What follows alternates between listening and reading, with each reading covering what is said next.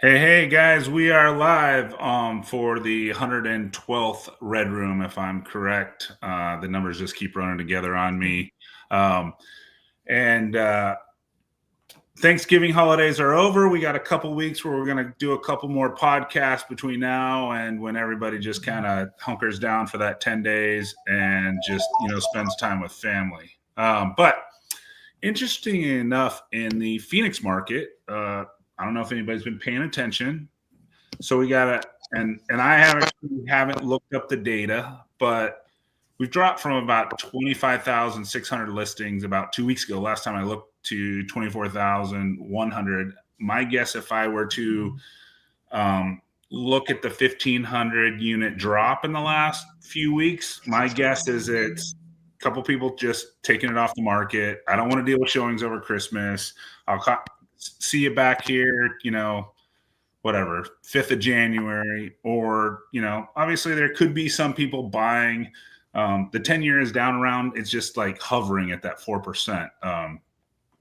I got to feel like some of that has to be from, Bitcoin going from 126 to 85, which is, ripping down, like 30% almost. And I don't know if do any of you guys own any of those little coins like the Dogecoin or any of that? Mm-mm. Very little. Okay. Well, I was just, I watch Kevin O'Leary every now and then. So and so I was like, he was on there talking about, he called them shit coins, I guess. So I had to go look it up. Like Dogecoin is down like 71% this year. So clearly, and I'm not going to be pretend to be some crypto genius, but I do watch a little bit of the news. Like obviously those stable coins where you can use them at different locations like Walmart and Amazon, and some of that stuff has trended, like the little coins kind of out of the business, if you will. And like I said, I'm not, but I kind of feel like people running from, stocks, Bitcoin, the safe haven is always the treasury bonds, right? Whether it's a 2 or the 10. So, we've stayed right at that 10-year at the 4%, which keeps our mortgage rates at about the 6%. Now we've seen less, we've seen 5.75, but I mean, I kind of feel like 6 is the new normal. So, I don't think they're going to lower interest rates in December. Just my opinion, but once again, that's a short-term rate. So I think as more people sell off to stuff and they buy more of the 10-year bond, maybe it'll dip into the 3.75, which will put mortgage rates at 5.75, which I believe would be a great spot to start our 2026. Because, I mean, it's been a little rough in 2023. Right. Yeah. No, I don't know what you're talking about. Yeah. I think of the Bitcoin and those sort of, as like, I had a great time at the Phoenix RIA casino night. And the last few years I've never bet. I'm a horrible gambler. I never gamble, right? I'm a real estate girl. But I was at the roulette table, played a couple hands, did okay, or whatever you call it. I just put it all on red because of the color dress I had on. And I ended up winning everything. But after that, I lost terribly. And that's kind of how I feel like with Bitcoin and these sort of things. You gotta bet what you're okay losing, because who knows what the next hand is going to deal. So I do see what you mean. And as far as people wanting to get into something more stable, I think that's what a lot of investors are looking for, as evidenced by the luxury market also fluctuating too, because of what these other asset types are doing. Yeah, for sure. I mean, yeah, the people that have the money to play with that stuff have the money to just pay cash for houses, right? Yeah, bet it on red. I think to what you're saying, Chris, is that you've got people that have been on the sidelines for quite a few years now in real estate, and the biggest reason being is obviously interest rates. Where when it comes to investment properties, if you're only putting down, I don't want to say only because it's still impressive, but I mean, if you're only putting down the 20% that that most lenders are asking for, there's not a very good chance you're cash flowing very much. I mean, maybe you're cash flowing a tiny bit, but when those interest rates have been, 7-8%, no, it's not going to cash flow very much. And so, I mean, it's really just been kind of a place to just have your money sit, to be honest. Yeah. All right. Well, with that being said, a little recap of the market. TJ has joining us today, and he's been to a couple of our RIA events. And actually, TJ has decided to sponsor Phoenix RIA next year, which is I appreciate. Yeah. And he's going to kind of give us a little insights. And we were talking offline, so he just finished and sold a property. So real estate investor / financial advisor. So he's kind of got a little bit of the both worlds and how to play in both those worlds. Heck yeah. Cool. Yep, absolutely. Couldn't have said it better myself. I worked in traditional investments for about 12 years between Vanguard, USAA, Massachusetts Financial Services, and then a buddy, I don't know if some of you probably know, Ross Ferraro, pulled me into the real estate investment world. Nice. Got a real estate license, and I've been flipping, kept a couple of rentals ever since. We just got one under contract like last week that had sat for 5 months, give or take. But Heck yeah. I'm doing a financial advisor role now. Started with the life insurance space, so a lot like what Mr. Burr is talking about. The cash value, accumulated cash value life insurance, especially with real estate, you accumulate a chunk of cash value, borrow against it, buy a house, put it back, and you're making money 2 places, right? So compounding your returns. And I'm studying to get my investment license back again. Should be early next year, so we can go do some of the stocks and bonds and ETFs and all that fun stuff as well. Beginning of next year, it'll be fun. Yeah. So with playing in both markets, where do you kind of obviously you've been in the financial markets, and obviously you pay taxes like the rest of us. So where do you kind of feel your balance is between stocks, Bitcoin, then life insurance, then real estate rentals? Where do you see the balance? I got to admit that I'm 100% all real estate. There is no diversity here. Yeah. It really depends on what you're comfortable with, right? It's going to be different for someone in their 20s who has a long time horizon versus someone who's 65 and wants to retire next year, right? So you definitely want to use different asset classes, but I don't have, unfortunately, a one size fits all answer because it's different for everybody. Yeah. You don't want to be 70 and all your money's in exchange traded funds or Bitcoin or something, and then you can't retire and you're greeting a Walmart for a while, right? No one wants to be in that spot. But I mean, talking about stable investments, that is one of the places I think cash value life insurance can shine, because it doesn't lose money. Like the market goes down, it doesn't lose money. You either earn interest on your money for the year or you don't. But you don't have to worry about, it's going to tank or we're going to lose 40% in a year or anything. Right. Like that. But it's, sorry, I don't have a cut and dried answer for you. There is an old adage from the textbook. If you take your age and divide it into 100, that's the percentage you should have in fixed income, and the rest of it should be in stocks. Okay, hold on. What was that again? Trying this out. Luke, take your lunch money. Come on. Portions. Take your age and subtract it from 100. Okay. And the remainder is how much should be in stocks. Oof, in stocks? Now, this is traditional financial advisor land where they look at stocks and bonds, and we don't really mix in the real estate and the other life insurance piece. I'm still most heavily in real estate. I am. I've got some stocks and ETFs. I've got some an annuity actually as well, and some cash value life insurance. But most of the dollars are still in houses. Yeah, so just, I mean, we hear it with Mr. Byrne, he's been on here, but just we'll do a 2-minute recap or 3-minute recap on just like what the life insurance means. So you can put it into a life insurance vehicle, right? And then you can borrow against it for like down payment on your, well, if there's enough, you can just buy a house with it, right? Yeah. Yeah. Pile enough in there. But if someone took like 50 or 60 and bought a policy, then they could borrow the 50 or 60 for a down payment, do the rehab, sell the property, and then repay the Repay the money. money. Now, does all the profit have to go into the repayment, or just what you borrowed? Just what you borrowed. Okay. Just what you borrowed. They limit how much you can put into it. So if you borrow 50 or 60, you likely can't put back much more than the 50 or 60.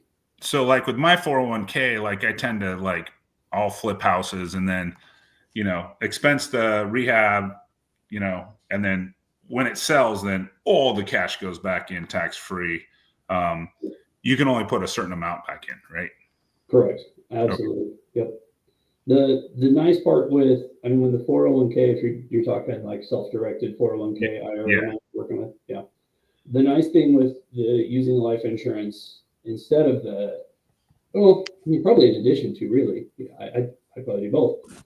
But the life insurance, it will pay you on the 50 or 60 that you borrowed out because it's a loan. You're not withdrawing. Yeah. You're borrowing against it. So they'll charge you interest, but they'll also pay you interest on it. So the tough part is, are they going to pay me more than I'm paying? We hope so. So. It's not guaranteed though, right? And what's that usual number? Like, let's just say I'm borrowing it from the insurance company and I'm paying 6%. What's the usual dividend? Does it cost me like 1% overall generally, or what's that number look like? If you're borrowing right now, it's about 5.5%, 6%. Okay. They'll charge you on the money. And then what are they paying? That's the part that's not guaranteed. Yeah. So it depends on the type. If you have an index like a universal, it can track with a market index. If you have a whole life, it's based on the company's performance. They'll typically guarantee that they'll give you 3 or 4%. And then if the company does well, they'll pay you a dividend of however much they make, right? So maybe you make more, maybe it's free money, maybe you don't. But it does give you a nice place to park in between, right? Well, if you've got a month or two while you're working for your next flip, they pay you interest on it, which is going to typically be more than the bank. Mm-hmm. And then later on down the road, one of the nice places you're talking about, the 401k, you can do, there's 2 different kinds of loans. There's I'm going to pay it back loan, and then there's I'm not going to pay it back loan. It's still a loan, so it's not taxable. No, I should say I'm not a qualified tax advisor. You can take a loan that I'm not going to pay it back. They'll charge you 0%, and it basically comes out of the death benefit. But you could take a loan and supplement retirement income down the road. It's either pay it back loan or not going to pay it back loan. Like I say, it can be used as a tool. Or another asset class to invest in. Cool. What else? Do you use it for rentals at all, or just or fix and flips, or what's your sweet spot with that asset? I like fix and flip because, kind of like Luke said, it's not the easiest thing in the world to cash flow a property right now with rates and prices where they are. Yeah. Yeah. I'd love to keep a dozen properties a year, but if you're making $80 a month, then you'd be good, right? Wait, you're making money? Yeah, well, you guys are getting paid to do this? You guys are getting paid? Just counting on that appreciation. You mean you guys didn't get the call from your plumber today and she shows you water just dripping out of her shower? No, actually, it was a garbage disposal last week. It wasn't. My ceiling caved in on the laundry room in one of my rental properties from all that rain last week. So that's fun, Yeah. That's the exciting part. Yeah. Absolutely. Those frantic calls from the tenants, and then come to find out it has nothing to do with the rain. They just didn't notice the faucet was coming off the wall, and so there was water seeping into the walls and the carpet. And oh my goodness.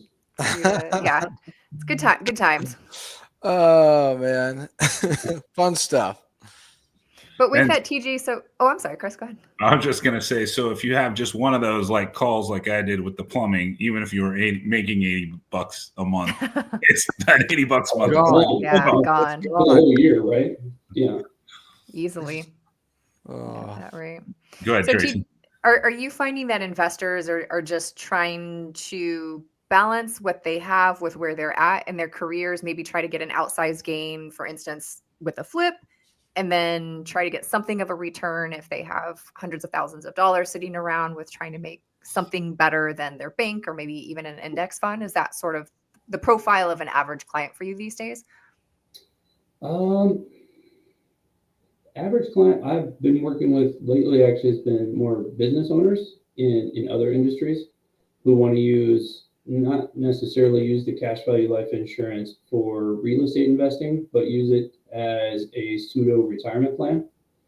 Like Chris was talking about individual 401k, because the money can come out tax-free later. We can set it up where the death benefit is pretty low. So the cost of the actual life insurance is pretty low. And then they can just contribute to it like you would a 401k and withdraw in retirement or as they need it. I mean, you never know. You have a bad year in business. Houses sit for a while. Maybe you need to borrow some money to keep the business going. Right. Yeah, I just worked with an SEO guy, social media, and we did a couple of term policies for him just to protect his family if something happens. So it's tough because it really just depends on the client situation and what they need, right? Yeah. Oh yeah. Actually, life insurance can be kind of a Swiss Army knife because you can use it for a bunch of different objectives, just depending on what you want to do. Luke, houses never sit for a while, do they? I've never seen it. No, I mean, Yeah. the longest I've ever seen a house sit is I think like a week or two, right? Yeah. So I think that's usually the longest they go, right? I think that's like I think legally, somebody has to put an offer in before that time frame. Yeah. Well, that's good to hear because my budgets never go over either, Like exactly. I'm always on budget and we always get done on time. So I'm glad to hear that your inventory is flying off the shelf. I will say one thing is that in the last month, like kind of back to what you were saying earlier, Chris, but in the last month, things have definitely been moving way more than they were for the previous year. At least that's what we've seen. We had properties that were sitting on the market for a while, and we started getting just a ton more showings and a lot more offers. And so I think we had 4 go under contract in the last 10 days, I think. So nice. I don't know why, but yeah, so we definitely did see a little uptick for whatever reason. So that's kind of an interesting strategy. You say some people use the insurance and then put it into the 401k. Did I hear that properly, or like? No, in lieu of or instead of a 401k. Okay, yeah. So they might be just trying to maximize what they can. They can put X amount into the 401k. Tax deferred, and I forget, is the insurance that grows tax free, but it's not tax deferred, correct? Or it's not a write-off? I'm not probably. It depends how you structure it. So Okay. if you're a business owner, you can structure it so the business pays for it. Okay. Because you're a key person. And if something happens to you, then there's a detriment to the business, right? Yeah. It makes it harder to get out later because then when you're loaning against it or borrowing against it, it's the business's money. It's not your money. Yeah. But it can grow. Yeah, it grows essentially tax-free like a Roth. But in most cases, you're putting in after-tax money as well, unless it's business owned. All right. So if it's you personally, it's after-tax money, but it's growing tax-free like a Roth. And then, but if you wanted to write it off, you could like do a key man policy or something like that, and have the company pay for it for you because you're the president of the company, and without you, the company doesn't run. And so now you're deducting it from your business, which will lower your corporate taxes, which follows, like most of us are S corp people, at least I am, that flows to like us personally. But if we can take as many deductions on the company, then less personal taxes. Right. Not that I'm a CPA, but Yeah.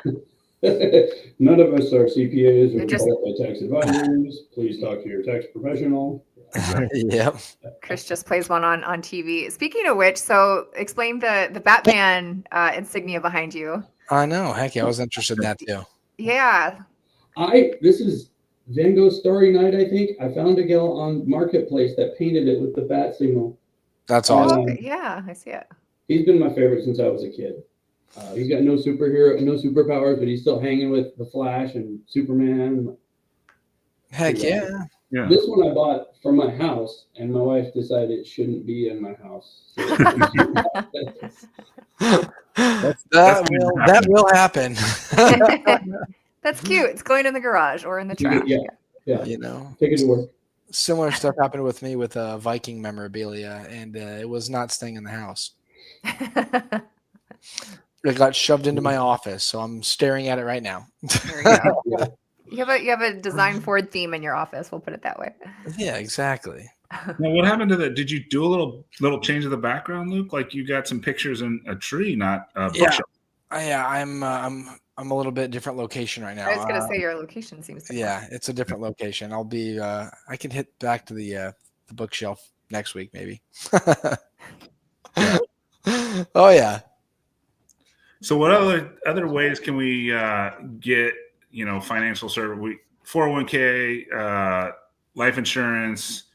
I mean, depends on the age. Like I'm the oldest one here. I think I double Luke's age. You do not even close. Not even close. Like cut off sleeves, takes off 10 years. Yeah, exactly. Cut off sleeves and tattoos Wait, take off write 10. that down. Exactly. That's why I cut them off. Takes off. But so we can't really tell people, but just a mix of investing. But you're like, I always wonder like why the big financial services companies never like reach out to like hard money guys. They get paid for what they manage, right? So if they manage $1 million, they get paid like 1% to 2% for management. Is that the number ish? Yep. Does it matter if they're in a giant like Charles Schwab versus independent XYZ? It does, yes. And some of those fees are negotiable depending which broker you go to. And there's AI robo-advisors that will probably do it for less. The reason they typically won't reach out, you're talking about hard money lenders, Yeah, like to invest no with one you. calls me and said, "Hey, here's $5 million." Right. We mostly can't. Okay. There's a lot of regulations, and that's kind of what I'm reading through now to study for the test for next year.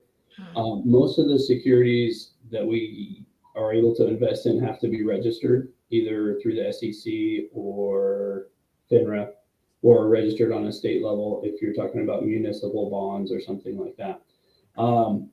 There are real estate investment trusts, and I don't know if you guys have talked about putting together a fund where we could pool money and invest it in properties or lend it out as hard money.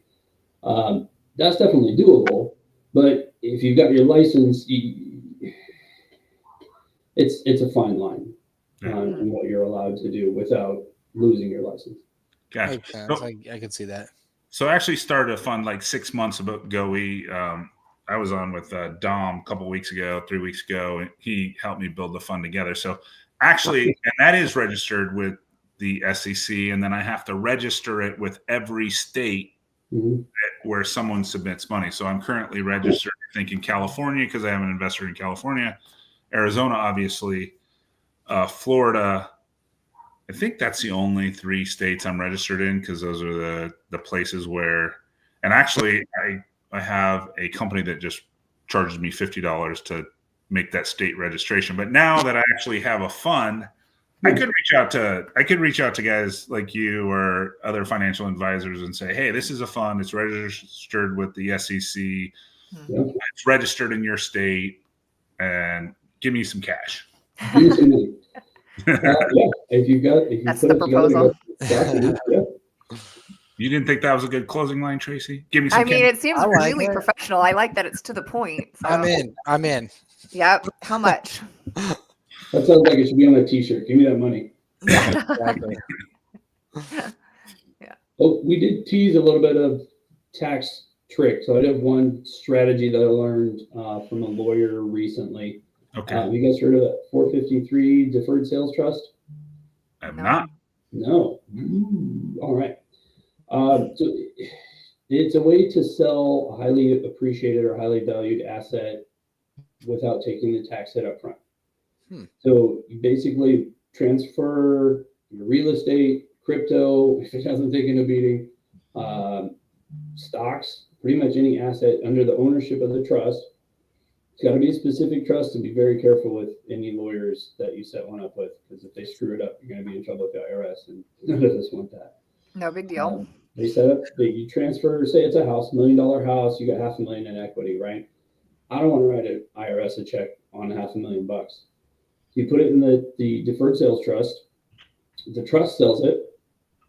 The money stays in an account in the name of the trust. And depending how it's structured, over 10 years, 20 years, they send you the cash. They distribute the money. And you pay taxes on the money that comes out.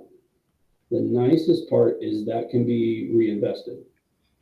The whole $1 million can be, in that scenario, we were making $500,000. The whole $500,000 can be reinvested. You don't have to write a check for 150 or whatever it would be to the IRS.